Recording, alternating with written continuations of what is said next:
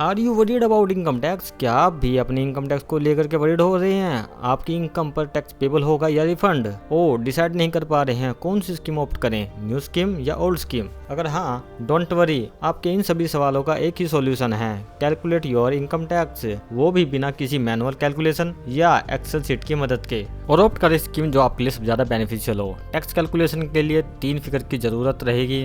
Number 1 पे है annual income. Annual income के अंदर कवर होती है आपकी salary income, business income, capital gain की इनकम होगी, हाउस प्रॉपर्टी से रिलेटेड होगी, या बाकी जो बच गई हैं अदर सोर्सेज के अंदर कवर हो जाती हैं। नंबर 2 पे आते हैं टोटल डिडक्शन। टोटल डिडक्शन के अंदर कवर होती हैं जैसे कि LIC, PPF, सुकन्या के अंदर आपने कंट्रीब्यूशन दिया है, या बच्चों की ट्यूशन फीस है, इस तरह से 80D के अंदर आपका हेल्थ इंश्योरेंस कवर हो जाता है, 80G के अंदर आपका डोनेशन कवर होती है। इस तरह की बहुत सारी डिडक्शंस हैं जो इसमें कवर होंगी। 3rd नंबर पे आती है टैक्स पेड की। टैक्स पेड के अंदर एडवांस टैक्स पे किया आपने, TDS पे किया है या TCS पे किया है, इसकी रिपोर्ट आपको 26A से पता चल सकती है किस पार्टी ने आपका कितना TDS काटा है और कितना जमा करवाया है। ये सारी फिगर आपको 26A में अवेलेबल हो जाएगी। 26A कैसे डाउनलोड करें और कहाँ से पता चले, इसके लिए हमने डिस्क्रिप्शन बॉक्स में लिंक दिया है, वहाँ से आप देख सकते हैं।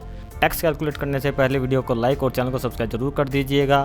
अब आपके इनकम टैक्स की साइट को ओपन करना है, यहाँ पे सर्च कर लीजिए इनकम टैक्स को। ये हमने इनकम टैक्स की साइट को ओपन कर लिया है। यहाँ पे क्विक लिंक में आपको नीचे की तरफ नजर आएगा इनकम टैक्स कैलकुलेटर, इस पर क्लिक कीजिए। ये हमारे income and tax calculator open हो चुका है। इसमें आपको 2 टाइप के कैलकुलेटर अवेलेबल होते हैं, बेसिक कैलकुलेटर और एडवांस कैलकुलेटर। असेसमेंट ये इसमें ऑटो सिलेक्टेड आता है, इसको आप प्रीवियस ईयर तक ही मॉडिफाई कर सकते हैं। इसके बाद बात करते हैं टैक्स पेयर कैटेगरी की। इसमें बहुत सारी कैटेगरी दी गई है, आप जिस कैटेगरी के अंदर फॉलो करते हैं वो सिलेक्ट कर लीजिए। इसके बाद नेक्स्ट ऑप्शन दिया है रेजिडेंशियल स्टेटस का, ये आप इसमें सिलेक्ट कर लीजिएगा। इसके बाद बात करते हैं योर एज, किस एज के अंदर फॉल करते हैं वो सिलेक्ट कर लीजिएगा। यहाँ पे आपको टोटल एनुअल इनकम जो आपके हिसाब से बनती है वो आप यहाँ पे एंटर कर सकते हैं। जैसे कि मैं यहाँ पे एंटर करता हूँ 8 लाख रुपीज। राइट साइड में हमें टैक्स समरी नजर आ रही है। टोटल इनकम कितनी है? 8 lakh rupees. Tax amount 75,400 old scheme के हिसाब से, और टैक्स अमाउंट न्यू स्कीम के हिसाब से 46,800 के हिसाब से आते हैं। तो यहाँ पे ये कंपेरिजन करके बता रहा है कि आपको न्यू स्कीम के अंदर जाने में बेनिफिट है। अगर यहीं पे मेरी डिडक्शन होती 1.5 लाख की, तो आपको ये दिखा देता है कि आप सेव करेंगे 2600 रुपए अगर आप ओल्ड स्कीम को अडॉप्ट करते हैं। तो आप यहाँ पे ऐसे सिलेक्ट कर करके चेक कर सकते हैं कि आपके लिए कौन सा टैक्स रिजीम बेटर है। अगर यहाँ पे चेंज करेंगे आप तो इसका बेनिफिट भी आपको चेंज होता हुआ नजर आएगा। ये देखिए 80 अबव जाने के बाद यहाँ पे टैक्स की कैलकुलेशन ही चेंज हो गई है। ये था बेसिक कैलकुलेटर। अब बात करते हैं एडवांस कैलकुलेटर की। एडवांस कैलकुलेटर के अंदर आपको ये एक और ऑप्शन देता है, यहाँ पे डाउनलोड का ऑप्शन भी है। जब आप कैलकुलेट कर लेंगे पूरी कंप्यूटेशन तैयार हो जाएगी और ये आप डाउनलोड भी कर सकते हैं। टैक्स रिजीम हमने और सिलेक्ट कर लिए। असेसमेंट जो सिलेक्ट है, यहाँ पे टैक्स पेयर की कैटेगरी सिलेक्ट कर लीजिएगा आप अपने अकॉर्डिंग। रेजिडेंशियल स्टेटस सिलेक्ट कर लिया हमने। एज जो आपकी है जिसके लिए आप चेक कर रहे हैं उसकी एज सिलेक्ट कर लीजिएगा। ड्यू डेट जो रहेगी वो 31 जुलाई 2023 ही रहेगी, जब तक कि कोई फर्दर एक्सटेंशन नहीं होती। एक्चुअल डेट जिस दिन आप चेक कर रहे हैं उस दिन की डेट ऑटोमेटिक पिक कर लेगा। अब यहाँ पे आपको जैसे सैलरी इनकम के अंदर हमने 6 लाख की इनकम एंटर कर ली है। सैलरी इनकम हो गया, आप यहाँ पे एंटर कर सकते हैं। हाउस प्रॉपर्टी की बात कर लेते हैं। हाउस प्रॉपर्टी में इन्होंने 2 हिस्सों में इसको बांटा है, एक सेल्फ ऑक्यूपाइड प्रॉपर्टीज के अंदर और एक लेट आउट प्रॉपर्टीज के अंदर। सेल्फ ऑक्यूपाइड प्रॉपर्टीज में आपको जो इंटरेस्ट अगर आपने कोई पे किया है तो वो आप यहाँ पे एंटर कर सकते हैं। यानी कि आप जिस घर के अंदर रह रहे हैं सेल्फ ऑक्यूपाइड है जो, उसके कंस्ट्रक्शन या मेंटेनेंस के लिए आपने कोई इंटरेस्ट पे किया, लोन लेकर के आपने कोई लोन लिया है उसके ऊपर कोई इंटरेस्ट पे किया है तो वो आप यहाँ पे एंटर कर सकते हैं। बी पॉइंट आता है जो इनकम है आपकी लेट आउट से रिलेटेड, एंटर कर दीजिए। सेकंड नंबर में उसमें लेस हो जाएगा म्यूनसिपैलिटी टैक्स, आपको यहाँ पे एंटर करना है जितना आपने इस प्रॉपर्टी से रिलेटेड, यानी कि लेट आउट प्रॉपर्टी से रिलेटेड जो आपका म्यूनसिपल टैक्स है सिर्फ वही यहाँ पे एंटर करना है। सेल्फ ऑक्यूपाइड का एंटर नहीं करना है। अनरियलाइज्ड रेंट है कोई आपका तो आप यहाँ पे एंटर कर दीजिए। इसके बाद ये नेट वैल्यू निकल के आ जाएगी सिर्फ और सिर्फ लेट आउट की। इसमें डिडक्शन ऑटोमेटिकली डिडक्ट हो जाएगी ये वाली। और अगर लेट आउट प्रॉपर्टी पे भी आपने लोन लिया है उसको कंस्ट्रक्शन करने के लिए तो उसका इंटरेस्ट आप यहाँ पे एंटर कर सकते हैं। आप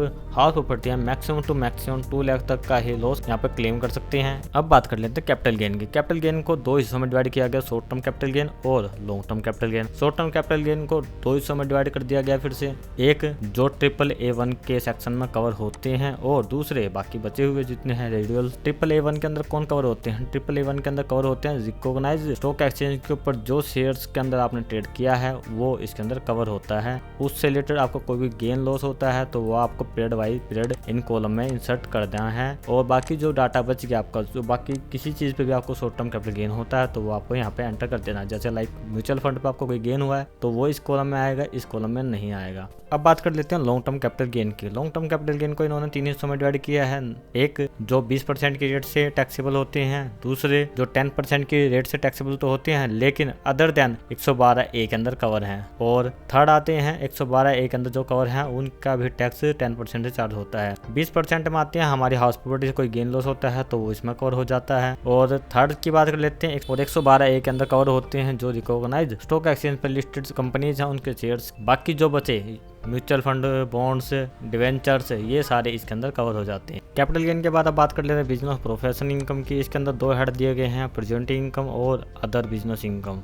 जो 44AD, AE और ADA के अंदर कवर होते हैं वो यहाँ पे इनकम डाल सकते हैं। बाकी इनकम आपको यहाँ पे एंटर करनी है बिजनेस से रिलेटेड। अब बात करते हैं इनकम फ्रॉम अदर सोर्सेज की। इनकम फ्रॉम अदर सोर्सेज में इन्होंने 4 कैटेगरी बनाई है। जैसे इंटरेस्ट फ्रॉम सेविंग अकाउंट को आपको इस कॉलम में दिखाना है, बाकी इंटरेस्ट को आपको इस कॉलम में दिखाना है। FDR का इंटरेस्ट भी हो सकता है। ये कोई आपने विनिंग की है किसी प्रकार की, आपको कोई प्राइज मिला है तो आप यहाँ पे दिखाएंगे। बाकी सारी इनकम जो किसी और हेड या किसी कॉलम में कवर नहीं हो तो आप यहाँ पे दिखा सकते हैं। जैसे डिविडेंड इनकम और गिफ्ट रिसीव हुआ, ये इनकम आपकी इसमें आ जाती हैं। इन सब का टोटल दिया गया यहाँ पे। ग्रोथ टोटल इनकम हो गया, हमारी टोटल इनकम यहाँ पे आ गई। इसके बाद डिडक्शन की बात करते हैं। डिडक्शंस के अंदर यहाँ पे बाइफर्गेशन दिया गया डिडक्शंस का कि 80C के अंदर ये चीज़ें कवर होती हैं। इसके साथ नरेशन भी प्रोवाइड किया है इन्होंने सेक्शन के साथ साथ कि कौन कौन सी चीज़ें इसमें कवर होंगी। कुछ चीज़ें यहाँ पे इन्होंने हाईलाइट कर दी हैं जैसे कि LIC, PF, PPF, NSC, repayment of housing loan, उसका मैक्सिमम अमाउंट आपको इन सभी सेक्शन के अंदर 1.5 लाख तक का मिलेगा। तो यहाँ पे हमने पूरा अमाउंट एंटर कर दिया है। इसके बाद 80D के अंदर आप प्रीमियम एंटर कर सकते हैं कि मेडिकल प्रीमियम कितना पे किया है। 80G के अंदर डोनेशन आती है। 80 के अंदर आपका इंटरेस्ट आ जाता है। अगर एजुकेशन लोन ले रखा है उस पर कोई इंटरेस्ट पे किया हुआ है तो यहाँ पे आ जाएगा। 80E के अंदर रेजिडेंशियल हाउस है, स्पेसिफाइड कैटेगरी के अंदर आते हैं ये आपको थोड़ा डिटेल में पढ़ना पड़ेगा इसके लिए। 80TTI अगर इंटरेस्ट जो मिला आपको सेविंग के उसके ऊपर आपको 10,000 तक का बेनिफिट मिल सकता है। और 80TTBA 60+ वालों के लिए होता है। इसके अलावा कोई डिडक्शन आपके पास है तो आप ऐड करके यहाँ पे एंटर कर सकते हैं। अब ये हमारे आगे टैक्सेबल टोटल इनकम या टैक्सेबल इनकम कह सकते हैं 3,50,000 की। इसमें नॉर्मल टैक्स 5,000 पे बन रहा है नॉर्मल रेट से, और मुझे रिबेट मिल रही है 87A की 5,000। टैक्स हो गया 0 आने के बाद ये अगर कोई TDS है, TCS है, उसका अमाउंट यहाँ पे एंटर कर दिया। करने के बाद यहाँ पे आप सेल्फ असेसमेंट में भी एंटर कर सकते हैं। अगर सेल्फ असेसमेंट वगैरह कुछ है आपका तो या एडवांस टैक्स है तो उसके बारे में आप यहाँ पे इन्फॉर्मेशन दे सकते हैं। अब देखते हैं नीचे की तरफ तो ये यहाँ पे आ जाता है बैलेंस टैक्स पेबल और रिफंडेबल। अगर ये पॉजिटिव आता है तो पेबल हो जाएगा, अगर ये माइनस में आता है तो रिफंड है। यहाँ पे आपको इंटरेस्ट की वैल्यू नज़र आ रही होगी कि ऐड इंटरेस्ट। अगर आपका एडवांस टैक्स बनता है और आपने वो जमा नहीं करवाया तो आपको यहाँ पे B और C का इंटरेस्ट लग सकता है। और एक केस में अगर लेट रिटर्न फाइल है तो इसका इंटरेस्ट लग सकता है। यहाँ पर टोटल वैल्यू आ जाता है कितना आपको रिफंड मिलने वाला है। यहाँ पे एंड होते हैं हमारे टैक्स कैलकुलेटर की वीडियो। कमेंट बॉक्स में लिख के अपने कमेंट बताइए। अगर हमारे लिए कोई सजेशन हो या कोई क्वेश्चन हो तो आप कमेंट बॉक्स में लिख सकते हैं। और आने वाली वीडियोज़ के अंदर हम बात करेंगे ITR फॉर्म्स की 1 to 7 जितने भी फॉर्म्स होते हैं ITR के वो सब भी बात करेंगे। और टैक्स ऑडिट के टाइम पे टैक्स ऑडिट से रिलेटेड भी डिस्कशन करेंगे। तो चैनल बने रहें और चैनल को सब्सक्राइब कर लीजिए। धन्यवाद।